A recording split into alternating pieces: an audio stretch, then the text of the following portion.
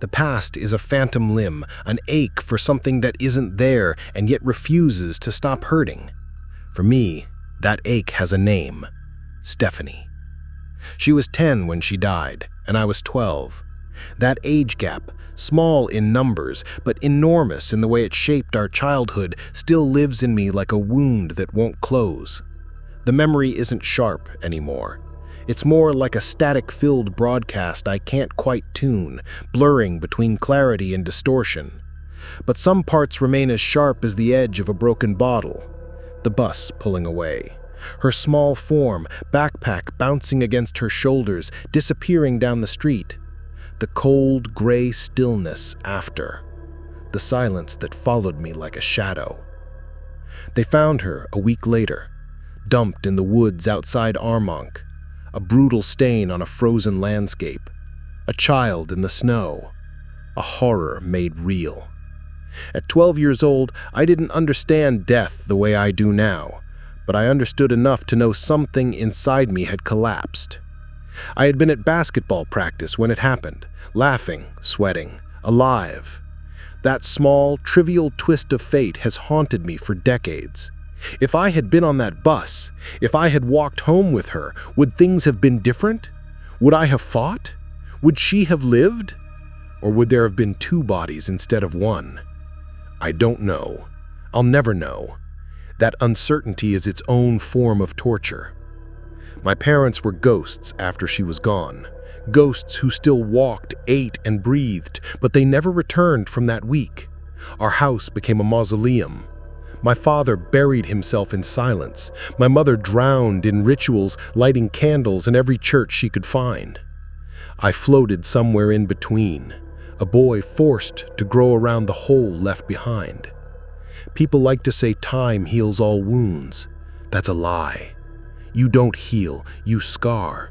You just learn how to carry it, how to hide the limp, how to mask the tremor in your voice when her name comes up.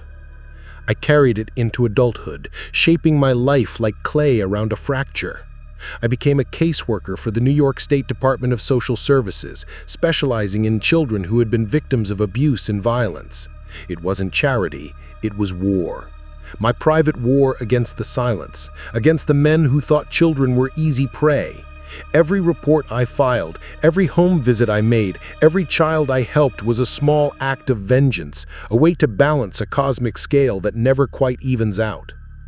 But my real work, the work that would consume me, began the day a new case file landed on my desk. Victim, Jennifer Corning.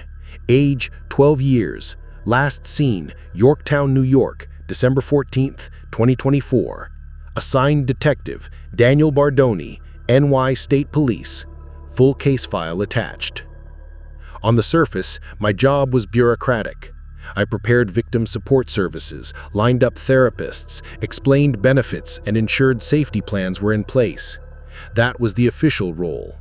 But when I looked at Jennifer's photo, a pretty girl with braces and a tentative, half-forced smile, something inside me stirred. A heaviness, like fatigue but heavier, pressed down on me. My eyes blurred, my breathing slowed, and the world began to fade. And then, impossibly, I was there. I sat in the back seat of a Honda Civic, a phantom passenger. The driver was a large man with a thick, unkempt beard. I didn't know him, yet I knew his purpose. His intent clung to the air like oil. I screamed, I clawed at the air, but my voice was swallowed by the void. I wasn't real. I was a ghost. We drove north on the Taconic Parkway. Afternoon sun angled through the windshield. The man pulled over, cutting the engine. I saw what he saw, a yellow school bus approaching. My stomach turned cold. The doors folded open, and Jennifer stepped off. Her purple backpack was too bright, too alive against the winter landscape. The man opened his trunk, pulling out a black duffel bag.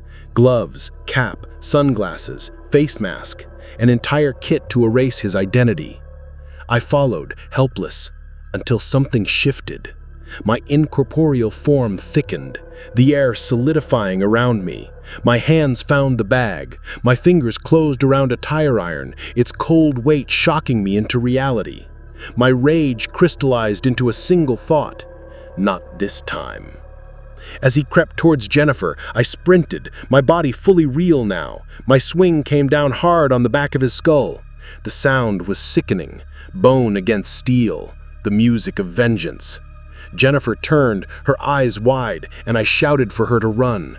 She bolted, a streak of motion, gone before fear could root her to the ground. The man groaned, tried to rise, and I brought the tire iron down again and again and again. My rage was endless, a torrent for every child taken, every family broken. I swung until the man was still, his head a ruined mess. Then, as quickly as it began, I was back at my desk. My lungs burned as if I had run miles. The case file was gone, vanished. I stumbled to the bathroom, splashing cold water on my face.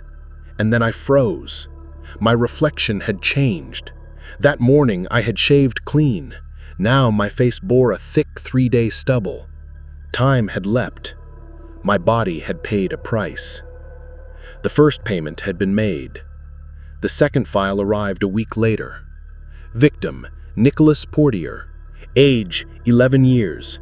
Missing for 2 days before his grandmother, lost in the fog of dementia, even realized he was gone. His photo showed a boy with dirty blonde hair and the easy grin of someone who hadn't yet been betrayed by the world. I didn't wait. I knew what would come. I stared at his picture until the fatigue dragged me under and the world shifted. North White Plants. The streets smelled of exhaust and deli grease. I saw him, a bald man with pockmarked skin, eyes darting for prey. Nicholas walked ahead, Yankees jersey too big for his thin frame. I felt my body knitting itself from vapor into flesh. This time, there was no hesitation. When the man lunged, I was there. I shoved him with all my strength. He stumbled backward, directly into the path of a city bus. The screech of brakes, the thud of impact, it was violent, final, and strangely symphonic. Nicholas ran, free, and I was ripped back to my desk. My reflection was worse this time.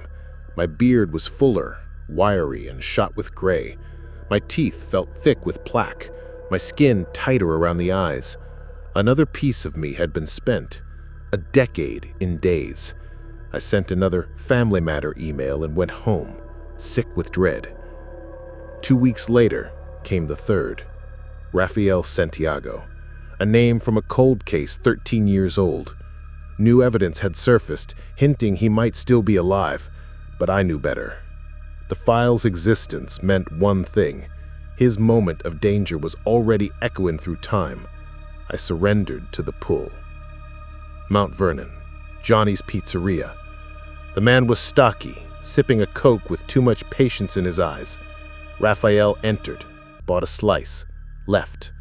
The man rose to follow. I snagged his empty Coke bottle, my hand hardening as my body took shape. I sprinted, smashed the glass across his skull. He fell. Without hesitation, I drove the broken neck of the bottle into his throat. The act was brutal, primal, and over in seconds. Raphael was safe. When I came back, agony split my head. The mirror showed an older man. My temples were gray. My cheeks were hollow. I looked like I'd aged 10 years overnight. The toll was accelerating. My body was eroding with every salvation. By Saturday, I could barely walk. I sat in a park watching children play, my joints aching like those of a man twice my age. I was no longer in my 40s. I was over 50, maybe older. 3 lives saved, a decade of mine lost. Was it worth it? The question haunted me, but the answer was already decided. There was one more life to save. The first. Stephanie's. I went home, pulled the .38 revolver from my nightstand, and held her photo. The little girl with the trusting smile. My sister.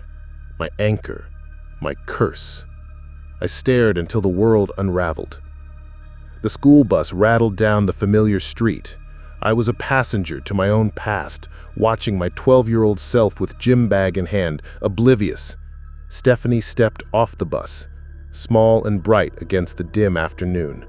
My gaze snapped to the white utility van at the corner. The door slid open. A man in coveralls emerged. I knew him now. He was the one. The face I had seen in Jennifer's case. The same essence, the same evil, wearing different bodies across different years. A predator threaded through time. I raised the revolver. My hands didn't shake. 2 shots to the chest, 1 to the neck. He dropped, blood pooling onto the curb. Stephanie turned, her eyes wide. She saw him. Then she saw me. Recognition flickered, but it wasn't fear. It was something deeper, a strange acknowledgement. A smile, small but radiant, broke across her face. You came for me. She ran, alive, into the future she had been denied. I woke not in triumph, but on my living room floor. My body was a ruin. My hair was white, thin, my face skeletal. My breath rattled in my chest. The cost of saving her was everything. I had bought her life with my own. And then I heard her voice. Calm, clear, older. You didn't save me. I turned, and there she was, but it wasn't the 10-year-old girl from my memories. Stephanie stood before me, a woman in her 30s, her frame slender, her shoulders slumped under an invisible weight. Her eyes, so like my own, were ancient with grief, a profound sadness that dwarfed the pain I had carried for decades. My throat closed, a raw, tight knot of denial.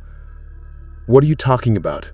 I rasped, my voice a dry, papery sound that barely belonged to me. She took a slow, deliberate step forward, her gaze never leaving mine. She was never killed, she said, her voice flat, devoid of emotion. He took me. He held me. He broke me. I escaped years later, a ghost haunting my own life. You didn't save me. You only changed the shape of my pain. The truth hit me like a physical blow, a concussive force that stole the air from my lungs. I hadn't rescued her. I had rewritten her suffering into something I could not understand, could not undo. I had killed a man, a different man, who hadn't become a monster yet. I had made a paradox. The first one, the one in the woods, he wasn't after me. He was just a sick man who found a body that was already there. My body. I had been taken days before. The one you killed was a different man, from a different time. He was just a man. You just created a hole in time. I looked down at my hand. It was translucent, shimmering, the skin turning to starlight, fading into nothing. My existence was unraveling, a slow, agonizing erasure. The torment was not the end of my life, but the beginning of an eternal moment, a moment where I was forced to watch the life I had destroyed to save. The past had always been a phantom limb. Now I was too. My consciousness was a whisper in the wind, a memory without a body, a soul without a home. I was everywhere and nowhere, trapped in the echo of a mistake I could not undo. The torment was not the end of my life, but the beginning of an eternal moment, a moment where I was forced to watch the life I had destroyed to save. The past had always been a phantom limb. Now I was too. My consciousness was a whisper in the wind, a memory without a body, a soul without a home.